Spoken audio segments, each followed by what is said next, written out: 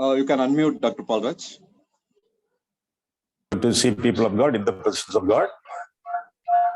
Praising God, I want to thank dear Pastor David Livingston for giving me another opportunity to share the word with you, to conduct and continue the study on the book of Acts. Last time when we met, we concentrated on the companionship of Theophilus, and today we are going to look at the confirmation of his resurrection. There was a prophecy from Job. If someone died, will he live again? And he himself answered the question saying, even if I die, as my Redeemer liveth, I will see him in my flesh. And King David said in Psalm 16 verse 10, you will not leave my soul in Sheol. You will not allow your Holy One to see the destruction. Even resurrection is promised in the Bible, in the Old Testament, prophesied. Muhammad died, Marx died, Buddha died, Brahma died, even Sai Baba died. Jesus alone is the only person who rose from the dead. The Bible says, the history says. That's why the history is divided into two parts.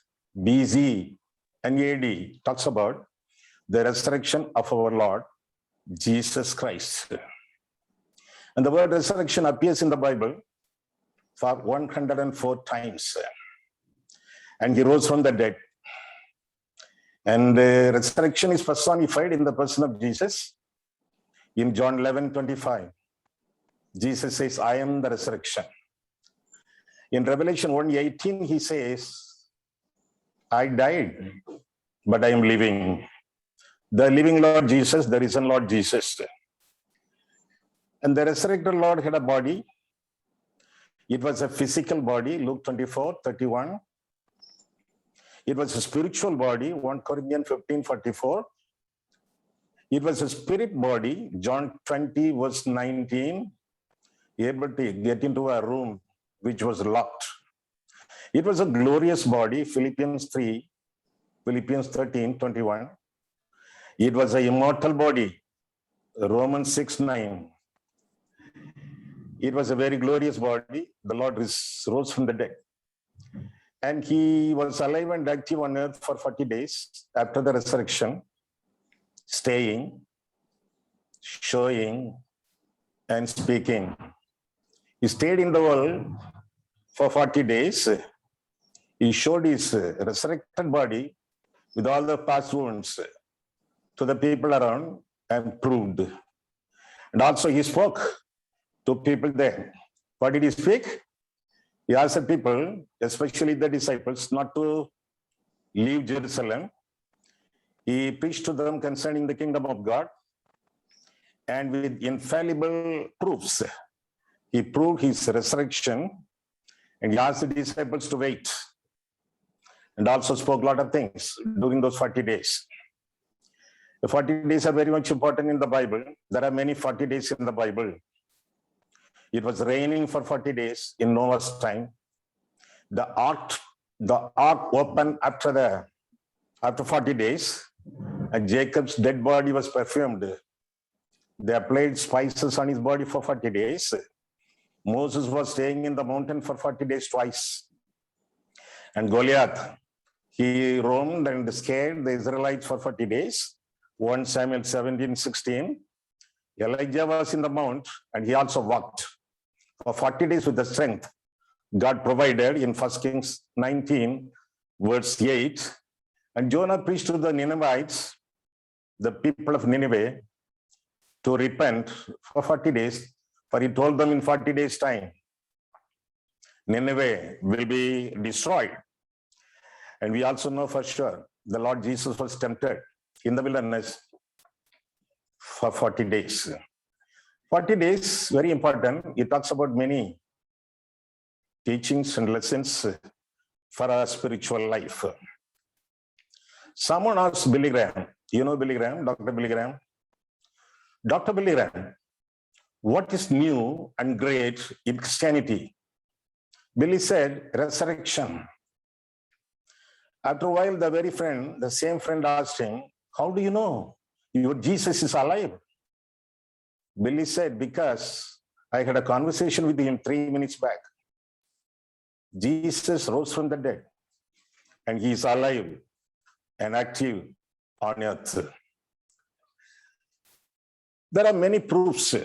We read in the book of Acts, third verse, first chapter, 3rd verse, to whom he also presented himself alive after his suffering by many infallible proofs, being seen by them during 40 days, and speaking of the things pertaining to the kingdom of God.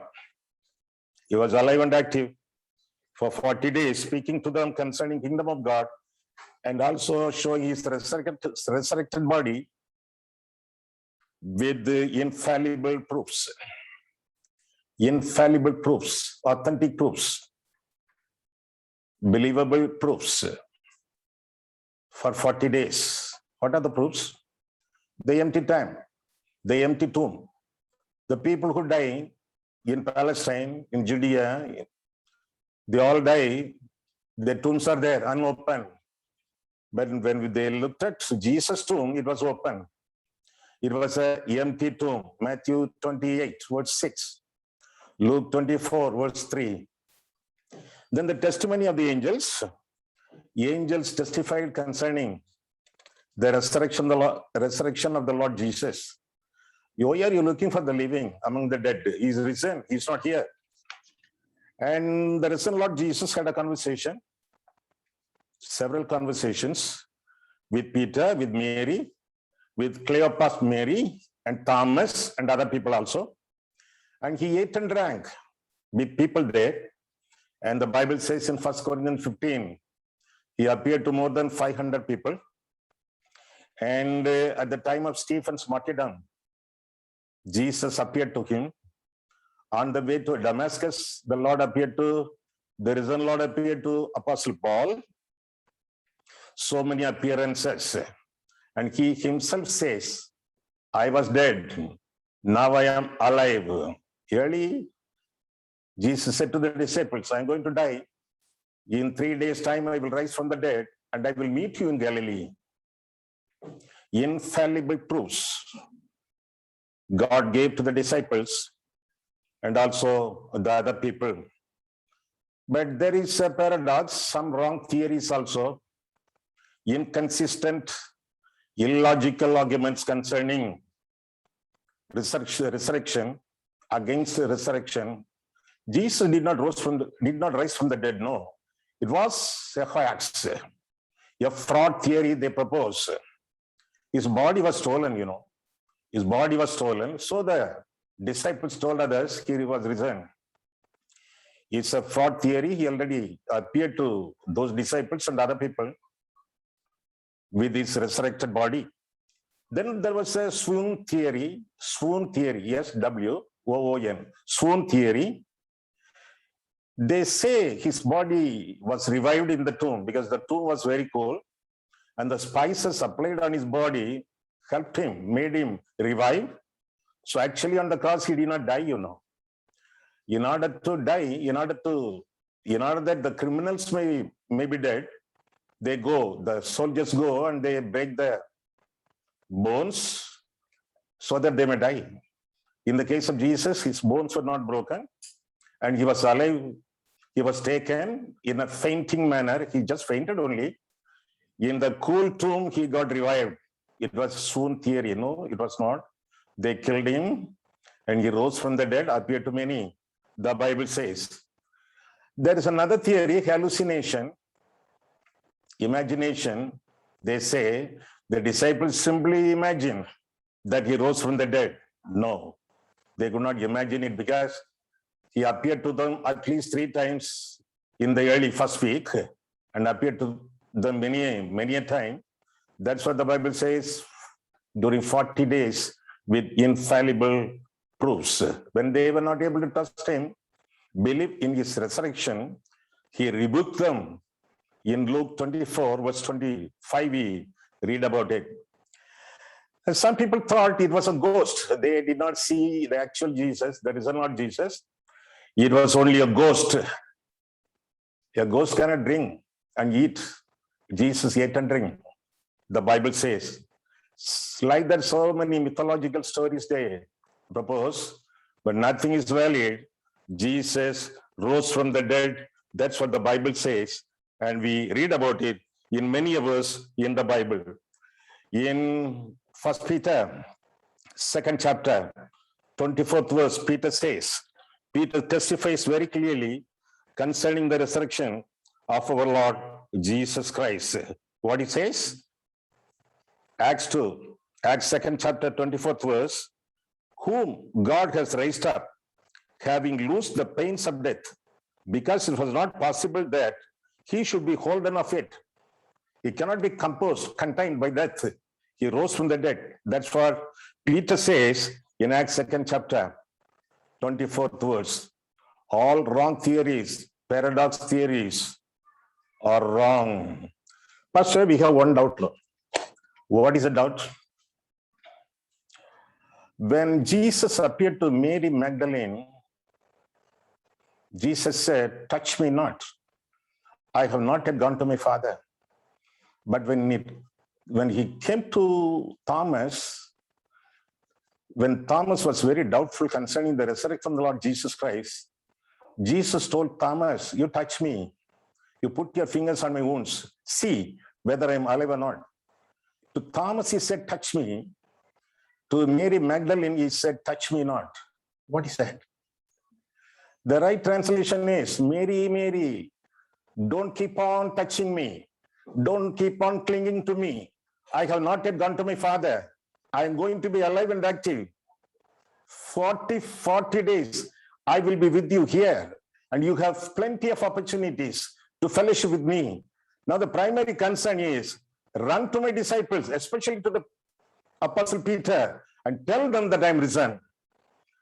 Touch me not means don't keep on clinging to me.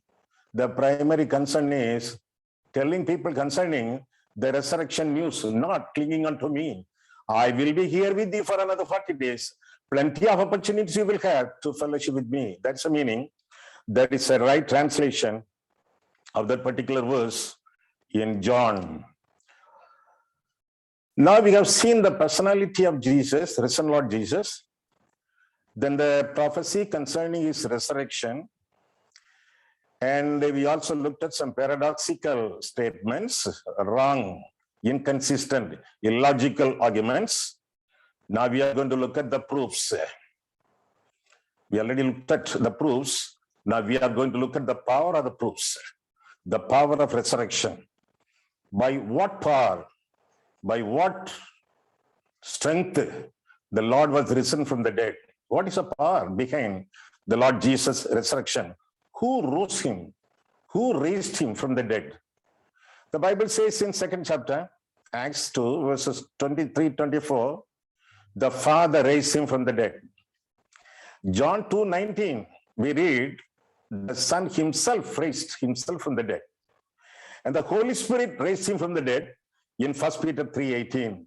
The Father, the Son, and the Holy Spirit, the triune God, are involved in the resurrection of the Lord Jesus Christ.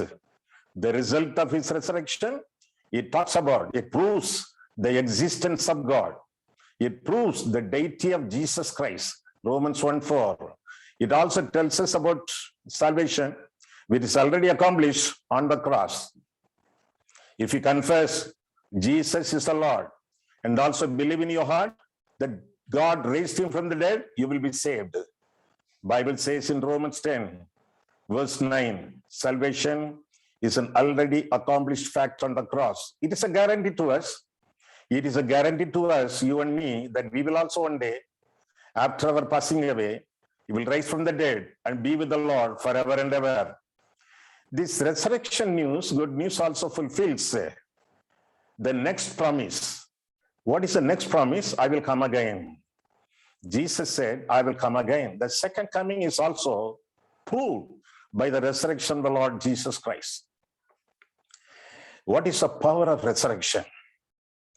When a criminal is counting his days to the grave, they will ask him, in the prison, they will ask him, what is your last desire? If possible, we will fulfill that desire. What is your last desire? They asked Jesus when he was in the Philippian prison, last desire. One desire, threefold desire, Paul mentions in Philippians 3, verse 10. I want to know him. I want to know the power of his resurrection. And I also want to share the fellowship of his suffering. I want to know him. He knows him, no? The word know in the Bible is intimate relationship. Adam knew his wife, Cain was born. Know means intimate relationship. I want to know him. I want to have the power of his resurrection. And also, I want to share the fellowship of his suffering. Power of resurrection. Without that, we cannot live and move and have our being rightly in this world before the Lord. The power of resurrection, there are 4 aspects I want to mention to you today. Number 1, power over sin. Power over sin. In 1 Corinthians 15, verse 17 onwards, we read, if Jesus is not risen from the dead, you will be in sin, you will die in sin. Power over sin. Because Jesus rose from the dead, we have the power over sin. Concerning sin, we can talk about a little bit. The condition of sin is stated in Ephesians 2. And once upon a time, you died in sins and trespasses. You are dead in sins and trespasses. Condition of sin. We are not called sinners because we commit sin. We are not called sinners because we commit sins. We are sinners by nature. We are sinners by birth. The Bible says, I was shapen in iniquity. I was shapen in iniquity. My mother conceived me in sin. When a child is born, sinner. We are not born Christians. We are born sinners.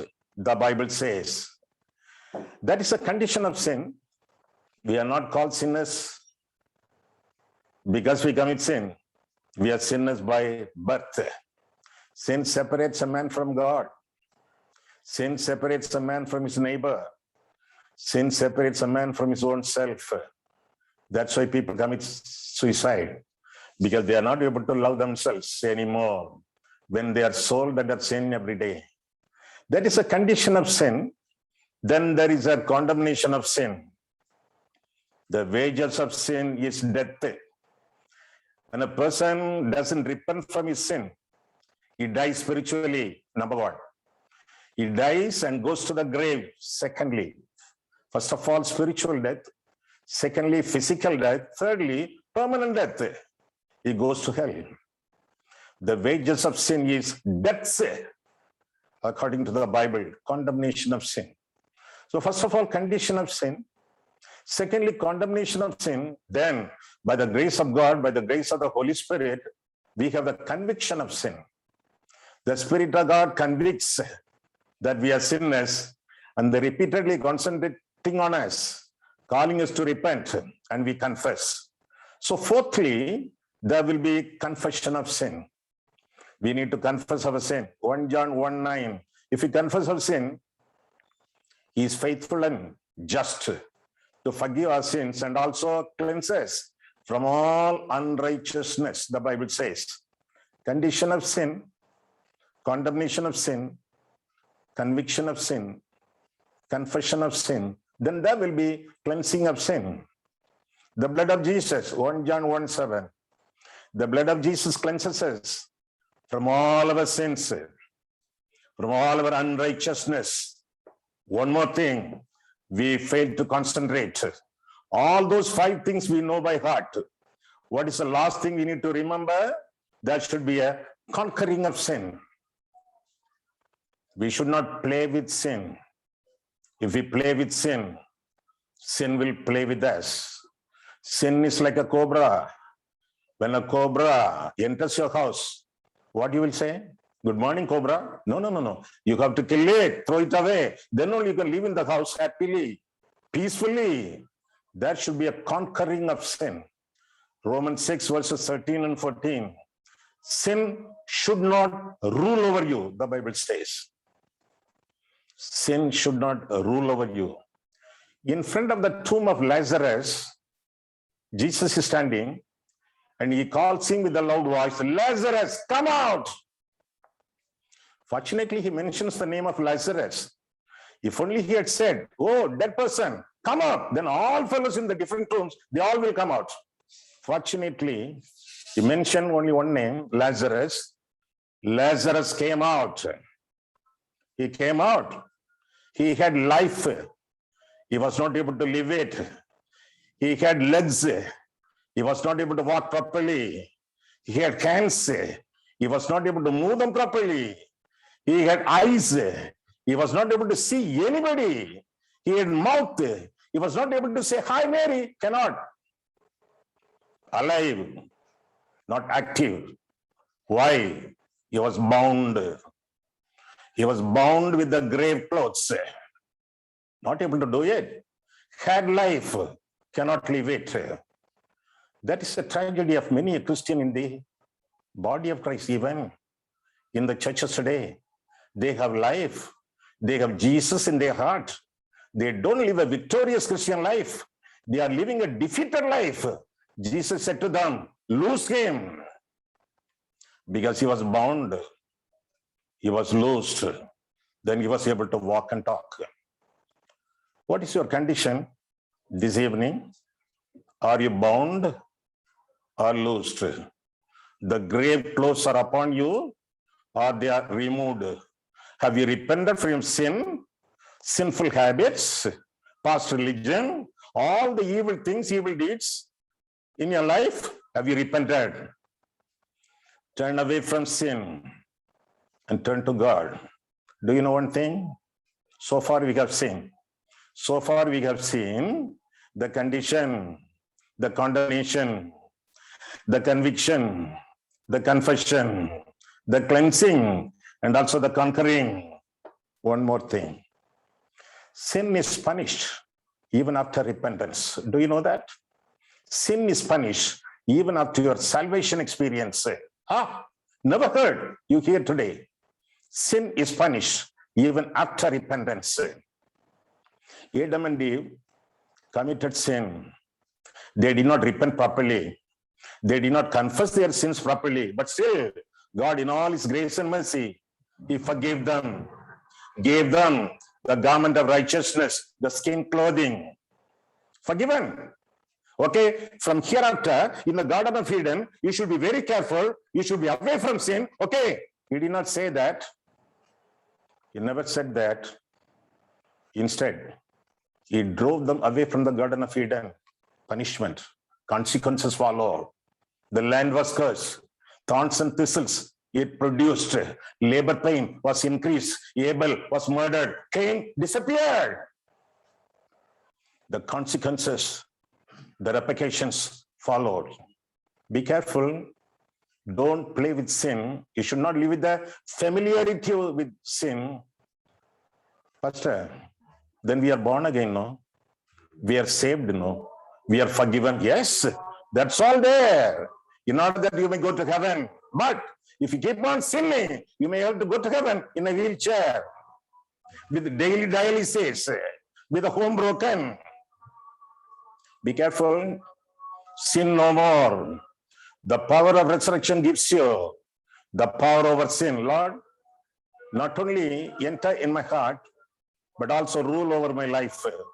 I want to submit myself to the Lordship of the risen Lord Jesus Christ. Rule over me. Then you will have a power over sin in your life.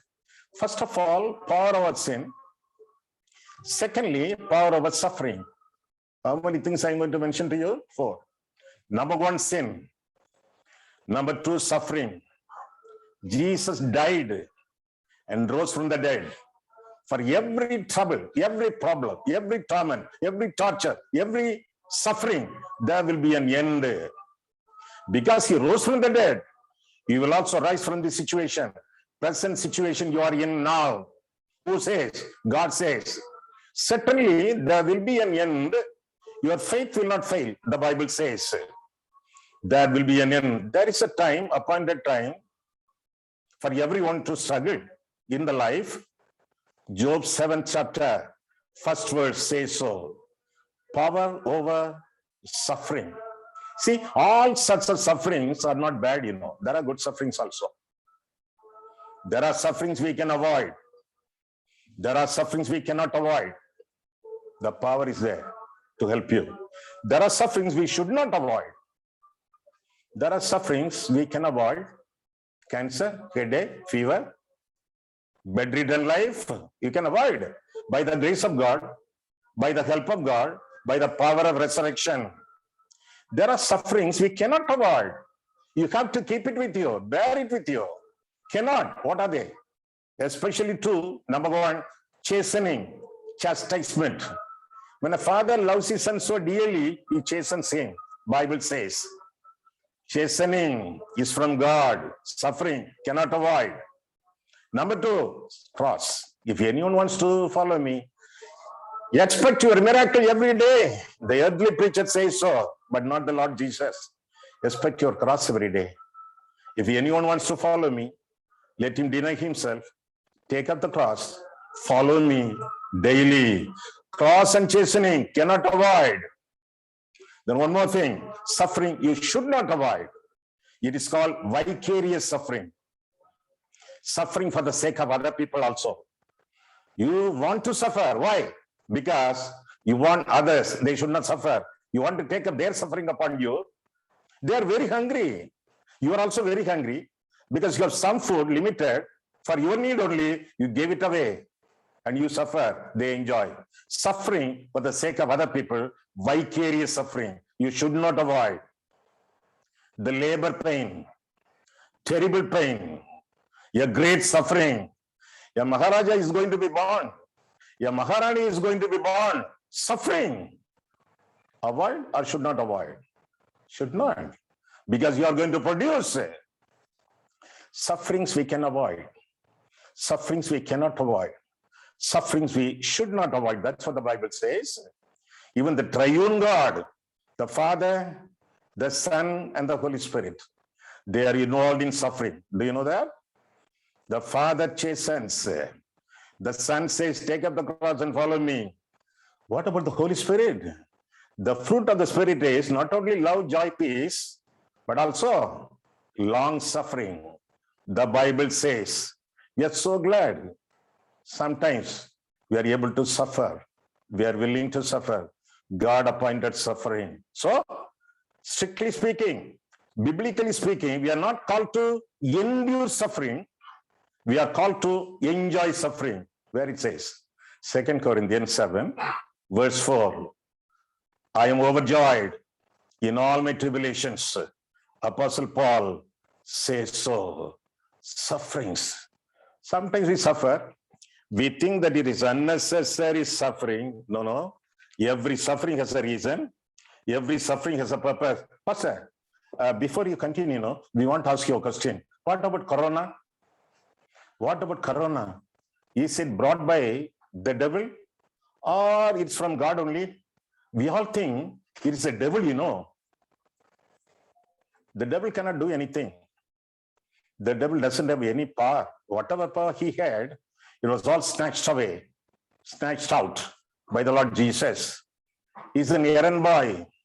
You are a servant of God. The devil is a servant to God. He cannot do anything on his own. Unless God permits, he cannot bring anything. The sole responsibility, the only reason for anything that goes on in your life is God. Either he allows or he authorizes. God allows suffering or he authorizes suffering. What about Corona? Let us see Corona in the Bible. 2 Chronicles 7:14, But I want to read to you 13. You don't know, most of you. 2 Chronicles 7th chapter 14, 13 I want to read concerning the pestilence, the plague, the different kinds of diseases, the viruses. 13th verse. When I shut up heaven and there is no rain, or command the locust to devour the land, or send pestilence among my people. Among my people, I am sending pestilence. Who says? God says. God authorizes suffering in Exodus. God allows suffering in Job. The authorizing and allowing directly from God. Unless God permits, like in Job, the devil has no power over any sort of suffering. God has to permit him for his own reasons, for his own purposes, to prove that Job is a person who fears the Lord, shuns the evil, obeys God always in his lifetime. Then what about 14th verse? You already know. What about India? What is our land? When the disease, virus will go away. 14th verse is the answer. If my people who are called by my name will humble themselves and pray, and seek my face, seek God's face, and turn from their wicked ways, then conditional blessing, conditional healing, humble themselves, pray, seek, turn from their wicked ways, then I will hear from heaven and will forgive their sins and heal the land. When India is going to be healed, when international, all lands, all nations are going to be healed, all the 4 conditions should be fulfilled by our life. You cannot play mockery on God. Let God be God, is sovereign God.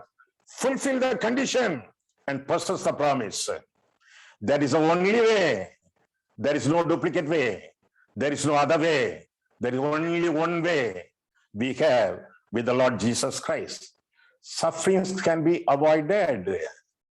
Ultimately, if only a person completely turns to God, turns his heart to God, and also allow God to rule over his life. Number 1, sin, power over sin. Number 2, power over suffering.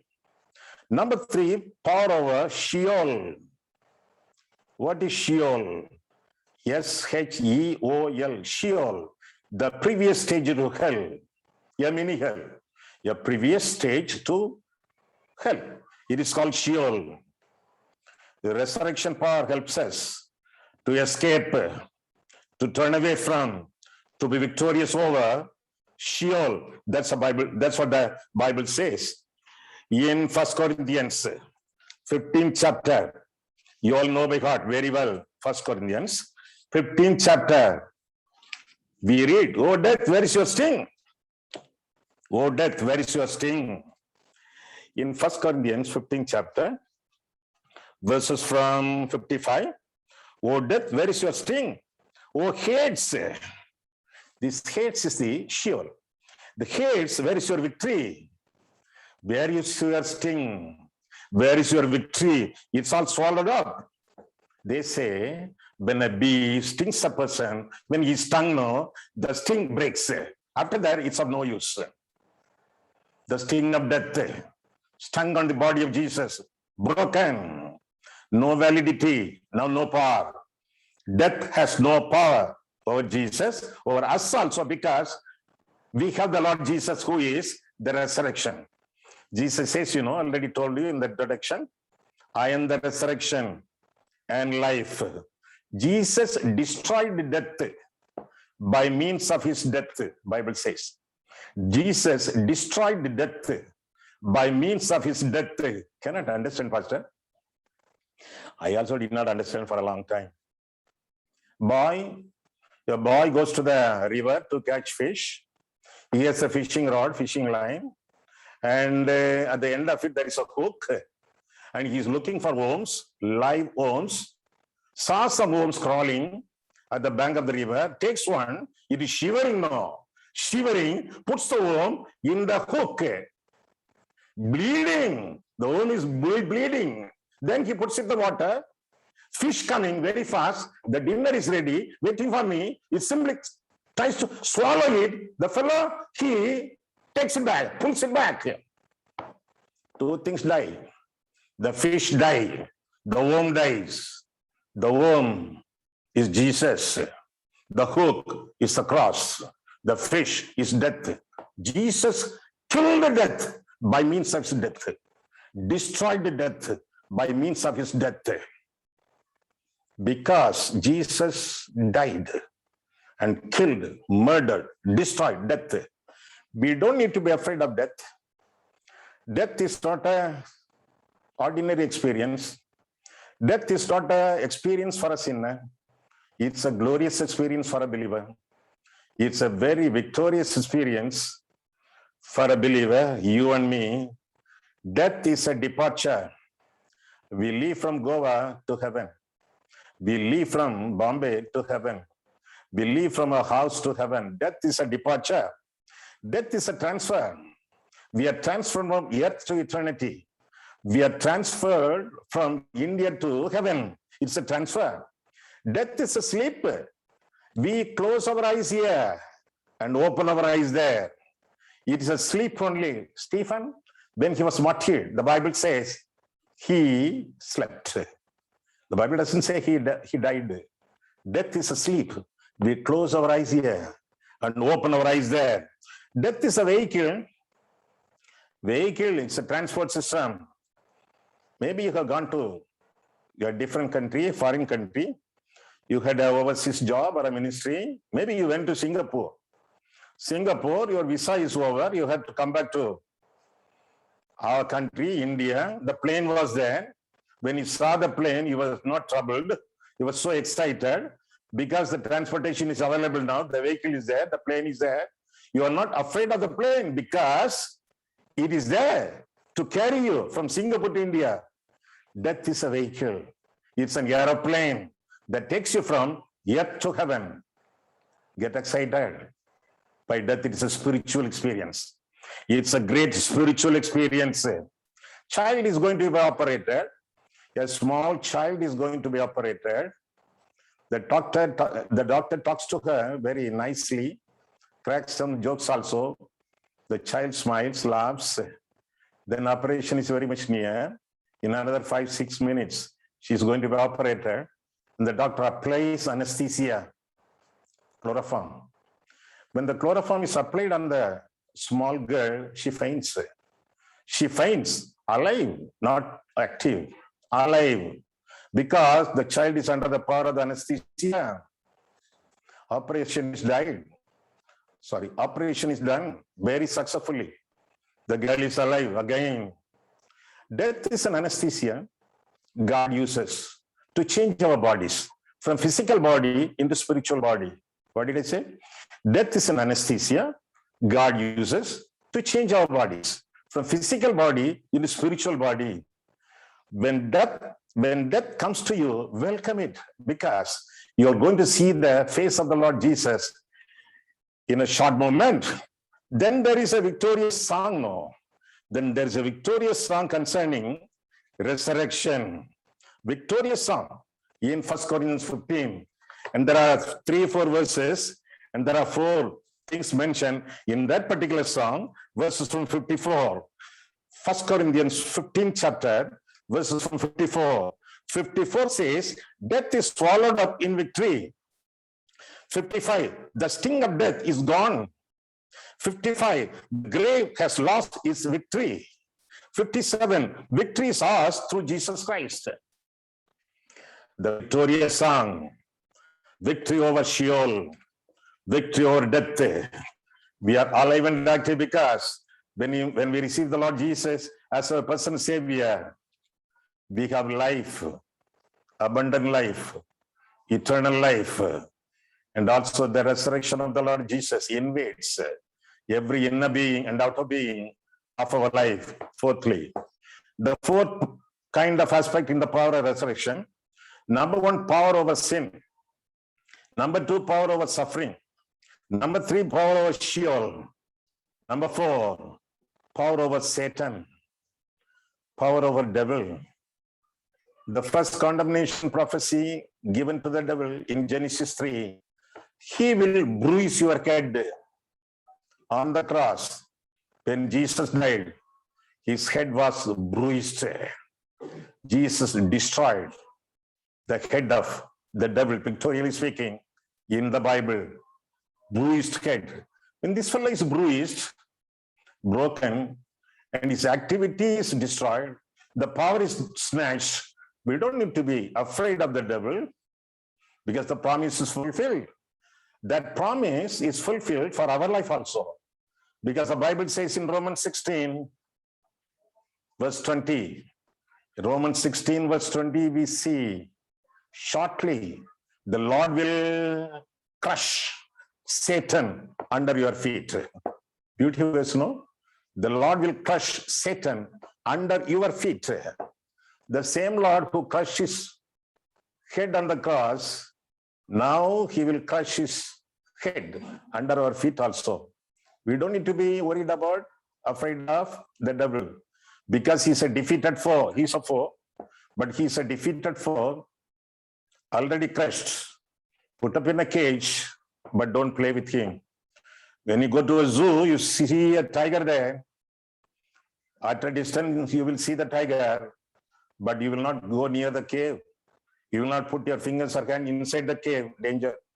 Like that, you don't play with sin. You don't play with Satan. Then he will begin to play with you. He is in a cage, be away.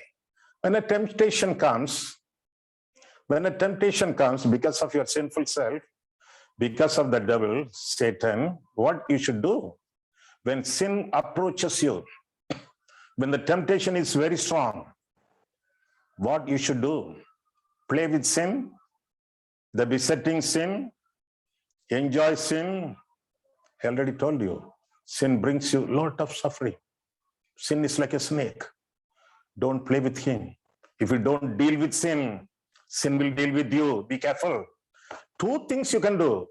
Either you can be like Joseph or you can be like Jesus. When temptation approaches you, maybe you are very weak. You cannot overcome. You cannot simply have a victory over sin, that time, victory over temptation. Run away like Joseph. If the temptation is very strong, if the devil is very strong to you at times, run away, run like Joseph. If you have the power of Jesus in your life now, resist. You can resist the devil, the temptation, the sin. You can overcome sin by the blood of the Lamb, by the word of the testimony, by the blood of the Lord Jesus Christ, by the word of testimony, the word of God. Even overcome. You can overcome sin. You can overcome temptation. Run away or resist, whatever it is pleasant to you, whatever it is good for you, whatever power you have, accordingly, you defeat the foe. You overcome temptation. Revelation 12, verse 11. You can overcome any temptation.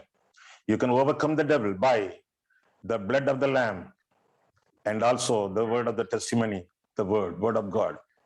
The first temptation came to Jesus. Jesus, you are very hungry, no? 40 days, 40 nights, you did not eat anything. I want to give you a very good idea, no? You check whether you are really the Son of God. Though you gain God's approval, though you have a baptism certificate saying, this is my beloved Son, in whom I am well pleased, though you have that certificate, why don't you examine yourself, test yourself whether you are really the Son of God? And you have the power of God also. If you have the power of God, if you have the power of God, you examine, you turn the stones to be bread. If it is working, you have the power. You can go to the city and preach the gospel with powers, wonders and signs. How? Not a very bad idea. But the idea is given by the devil. The Lord Jesus said, it is written, not by bread alone. It is written. Where? The word of God. Where? In the Old Testament. Some people do not read the Old Testament, no? Pastor, it's very boring, no? I read only the New Testament. I read only the gospel. Old Testament, stories, no. Jesus overcame the temptation by means of Old Testament verses. Deuteronomy 8, Deuteronomy 6. Don't avoid Old Testament. It is also first part of the Bible. New Testament, second part of the Bible. Only one Bible, one coin, two sides of the single coin. Do not avoid the Old Testament. Rich spiritual insights in the Old Testament also. It is written, by the written word of God, the Lord Jesus overcame the temptation. Oh, you know the Bible, but you are only 30 years old now. I'm more than 6,000 years old. I know the Bible thoroughly. The devil takes him to the pinnacle of the temple and told Jesus, throw yourself from the pinnacle. The angels will carry you because it is written in Psalm 91. Written. Jesus says, it is written. The devil says, it is written. Now Jesus says, beautiful. Second temptation. Now Jesus says, it is also written. It is again written. It is also written. You should not put the Lord to the test. It is also written. The devil's Bible knowledge is, it is written. Jesus' Bible knowledge is, it is also written. Your Bible knowledge should be, it is also written. How can you say that? Unless you have memorized the word of God. You eat 3 times a day or 4 times a day. In Singapore, they say the Singapore stomach is a bottomless pit. National habit is eating only. You eat 3 times a day for your stomach. For your soul, how many verses you are eating every day? I charge you. I don't request you. I charge you. Eat at least 1 verse a day. Memorize 1 verse a day. Why? To overcome the devil. I have stored your word in my heart, that I may not commit sin against you. Bible says in Psalm 119 verse 11, I have storeroom. My heart is a storeroom. I have memorized a lot. I have stored your word in my heart, that I may not commit sin against you. Young people, how shall a young person cleanse his way? By keeping your word, the word of God. Sin will keep you from the scripture. Our scripture will keep you from sin. Sin will keep you from the scripture. Our scripture will keep you from sin. What keeps you from what? Read the Bible. Meditate on the Bible. Memorize the Bible. Keep the Bible. And also teach the Bible. The Lord will bless you so abundantly if only you pay attention to the teachings these days. It will enrich you. It will empower you. It will edify you every day in your life. Whatever you are learning now, you tell other people. Don't keep it to yourself. Tell them, and also give the points to other people. When you talk to people on phone, you teach them whatever you have learned, and also by WhatsApp, by SMS, send the points to other people also, because they also should be edified through your ministry also. The power of resurrection is available even today. Now, the Lord wants to empower you with the power of his resurrection, so that we may excel in our Christian life. We may excel in our Christian life for the glory of God and for the blessing of many. Let us close our eyes and cling to God. Loving Lord, our Heavenly Father, we thank you, Lord, for the time of fellowship in the body of grace. Thank you, Lord, for the confirmation of the resurrection of the Lord Jesus Christ. With the infallible proofs you exhibited, your glorious resurrection, your glorious resurrection to disciples and other people also. We believe, O God, you are a risen Lord, and we accept you as our personal Savior. And we also want to abide in you always. Many a time we have the life, we are not able to live it. So this day we want to surrender ourselves to the Lordship of the risen Lord Jesus Christ, that we may live a victorious Christian life, holy life, and all these things for the glory of God. We ask in the name of our Lord and Savior, Jesus Christ. Amen.